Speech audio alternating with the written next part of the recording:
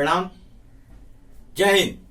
Mission Bharat की संस्कृति बचाओ मेरा मकसद। एक छोटी सी टिप आपको देना चाहता हूं घर के बारे में। अगर आप कोई नया घर लेना चाहते हैं तो कोशिश करें कि पूर्व दिशा से या पश्चिम दिशा से आपके घर में रोशनी प्रवेश करे।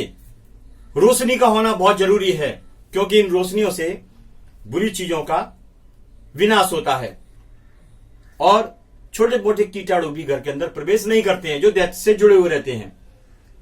तो समझिए आप कि घर कोई भी लें रोशनी युक्त होना चाहिए। और एक छोटी बात, सबसे नीचे का घर और सबसे ऊपर का घर आप शास्त्रों के मुताबिक ना लें।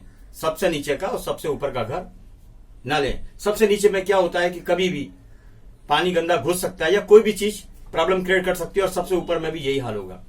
खैर जो भी है, और मकसद सबका एक ही होना चाहिए कि नियम बना लें आप किसी भी चीज का कि आप कोई भी काम अगर कर रहे हैं तो कोई भी काम करने के साथ साथ आप देश के लिए भी कुछ प्रयत्न करें, देश के बारे में भी सोचें। आज जगह जगह चरस, गांजा, अफीम, ड्रग्स के धंधे होते हैं स्कूलों के बाहर, कॉलेजों के बाहर। तो कम से कम हम इतना कर सकते हैं कि हम ध्यान रख सकते हैं, पुलिस को सूचित कर सकते हैं कि यहां पर ड्रग्स बिकता है।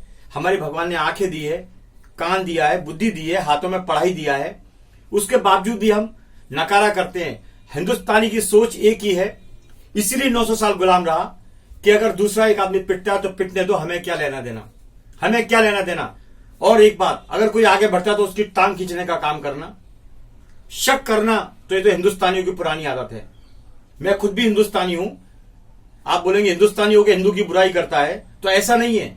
ये आपकी थिंकिंग गलत है, आप लोग खुद गलत हो, आपकी सोच गलत है, आपके विचार गलत हैं। गलत तो गलत, हिंदू हो, मुसलमान हो, सिख हो, ईसाई हो, गलत तो गलत, क्या फर्क पड़ता है। आप सच्चाई का साथ दीजिए।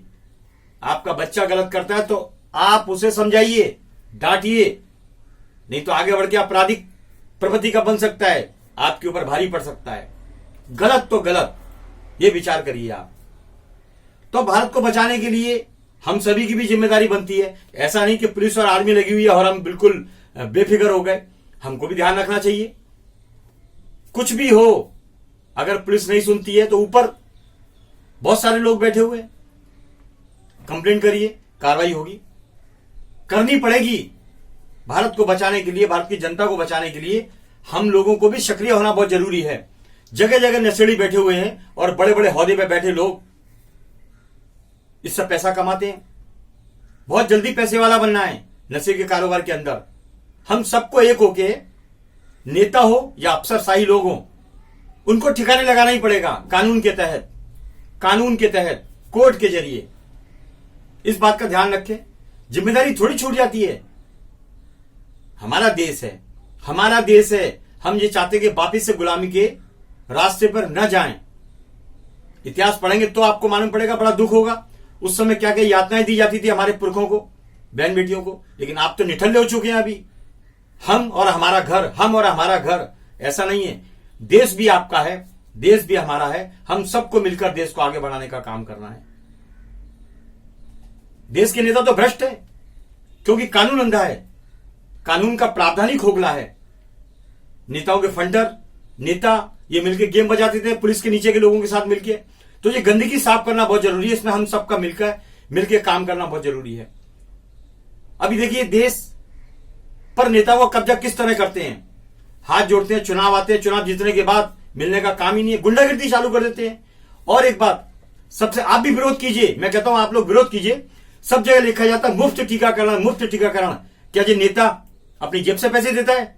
ये भ्रष्ट नेता अपनी जेब से पैसे देता है? ये मुफ्त टीकाकरण जनता के पैसे पर पलते हैं, जनता के पैसे पर पलते हैं ये नेता। खून पसीने की जनता की कमाई पर इनका घर चलता है। यही पैसा हमारे काम में लगाते हैं और बोलते हैं मुफ्त टीकाकरण या मुफ्त वितरण। आप लिखिए निःशुल्क, आप आवाज उठाइए। हम लोग भिखारी नहीं है, हमारे पैसे पे तो ये नेता पलते हैं। नेता भिखारी हैं, हम भिखारी नहीं है, नेता भिखारी है। अपना नाम लगा देते हैं, निःशुल्क लिखे हैं आप। मुफ्त, मुफ्त क्या होता है? मुफ्त, फ्री, मुफ्त, फ्री। देखना हर जगह आपको देखे मिलेंगे पोस्टर, आपको लिखा मिलेगा मुफ्त और फ्री। काहे का मुफ्त फ्री? पैसा हम सबका है। इसीलिए आप निःशुल्क की आवाज उठाएं। हम सम्मान के साथ जिंदगी जीते हैं। हमारे टुकड़ों पर पलने वाले नेताओं को सिखाइए कि आप लोग हमारे टुकड़ों पे पलते हैं, इसलिए आप हमारी बेइज्जती ना करें। मुफ्त फ्री ना लिखें, निःशुल्क लिखें। निःशुल्क आपकी सेवा में टीकाकरण, निःशुल्क आपकी सेवा में फलाना फलाना। आप आवाज उठाइए, अपनी बेइज्जती मत कराइए। इज्जत बनाना और बिगाड़ना आपके स्वतः का एक विषय है।